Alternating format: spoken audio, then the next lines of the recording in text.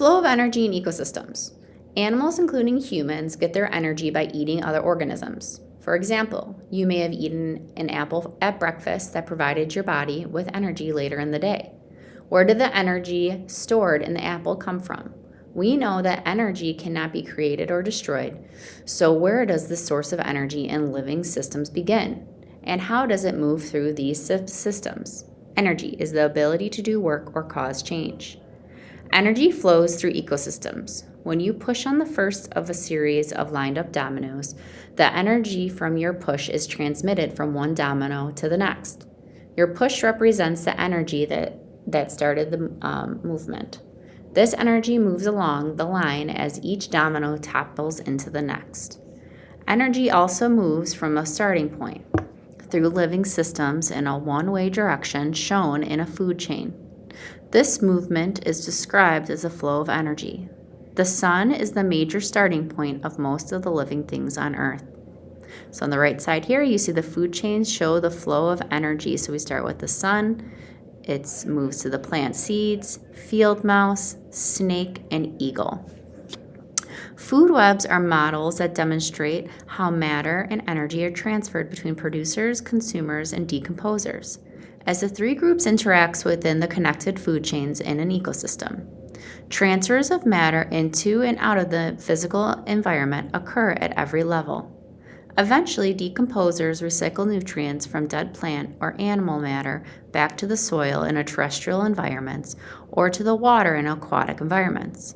The atoms that make up organisms in an ecosystem are cycled repeatedly between the living and non-living parts of the ecosystem. Okay, here we have a food web shows all possible food chains. Okay, so we have the sun, we have a deer, a snake, a wolf, okay, a mouse. So starting from the bottom, we have decomposers feed off the dead consumers and producers. We have autotrophs, which are producers that are plants, that is on the bottom. As we move up, we have herbivores, the primary consumers, and then we have secondary consumers, the carnivores, also known as heterotrophs. Trophic levels in an ecosystem. Energy flows in an ecosystem from one trophic level, feeding level, to the next. All organisms can also be classified as either autotrophs or heterotrophs. Autotrophs, producers. The first trophic level includes organisms that are called producers or autotrophs because they produce their own food. Auto refers to self and troph refers to feeding. So autotrophs are self-feeders. Producers include plants, algae, and some bacteria that use photosynthesis to make their own food. Heterotrophs, consumers. The second trophic level of organisms get energy by eating other organisms.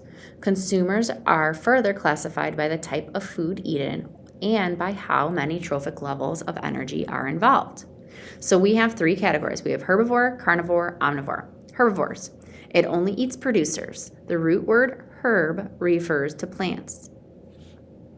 They are also called primary consumers because they are the first level in the food chain. Examples are rabbits, squirrels, and cows. In the middle, we have carnivores. It only eats other animals. The root word carn refers to meat. They can be secondary consumers if they eat primary consumers, or tertiary consumers if they eat secondary consumers. Examples are snakes, hawks, and lions. And then we have in the third column here, omnivore. It eats both plants and animals. They can be primary consumers or secondary consumers depending on what they choose to eat in a particular situation. Examples are raccoons, brown bears, and humans. And then we have decomposers. Decomposers break down dead or decaying consumers and producers via chemical reactions and use the energy released from rearranging those molecules for growth and development. Decomposers can be fungi or bacteria. Look out.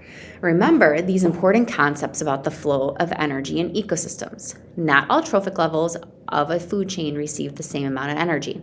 Only about 10% of the sun's energy absorbed by plants is transferred to consumers at the next trophic level. Where does 90% of the energy go? Some of it is used to fuel body processes such as growth, repair, and reproduction. Most of it transfers to the atmosphere as heat. We can represent the energy flow of an ecosystem in an energy pyramid. The different levels of the pyramid represents the different groups of a food chain or a food web. The producers are found at the bottom of the pyramid. The more levels there are in the pyramid, the less energy that is available to the organism at the top. So we start at the bottom. Okay, so we have figs, which is a producer, 2,000 calories. The primary consumer, the monkey, 200 calories. We move up to the secondary consumer, the eagle, at 20 calories. Energy moves through an ecosystem in a single direction. First, it flows from the sun to the autotrophs or producers. Then it flows from the producers to the consumers. Energy never flows backwards from consumers to producers. When you draw a food chain, always begin with the energy from the sun to a producer. Don't forget that the arrows should point to the organism receiving the energy. A small percentage of organisms use sulfur compounds from volcanic sea vents deep in the ocean as a source of energy. Instead of using sunlight and photosynthesis, these organisms use chemicals to aid in chemiosynthesis. They make their own food just like photosynthesis. Okay, reflect. In a terrestrial ecosystem, food webs involve organisms that live on land. So we have an EcoCity food web on the right side here. A food chain is useful for tracing energy flow, but it only tells part of the story. A food web shows the complexity of interactions between the different trophic levels. The terrestrial food web on the right shows several overlapping food chains. The producers are plants. Insects such as grasshoppers and butterflies are primary consumers that eat the plants. Frogs and raccoons are secondary consumers that eat insects, and snakes and eagles are tertiary consumers, also carnivores, that eat secondary consumers.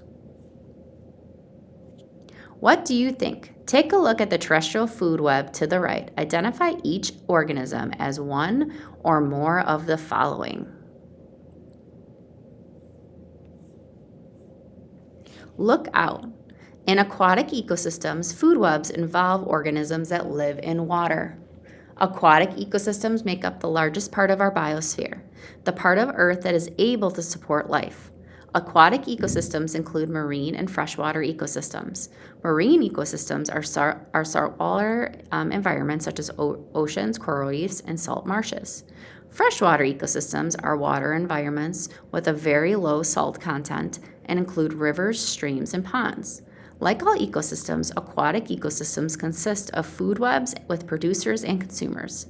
Tiny aquatic plants called phytoplankton are the main producers in aquatic ecosystems. Algae are a common type of phytoplankton. Tiny aquatic animals called zooplankton and small animals with backbones called invertebrates are the primary consumers that feed on phytoplankton. Fish and larger aquatic life eat these primary consumers and make up a higher consumer levels of the food chain.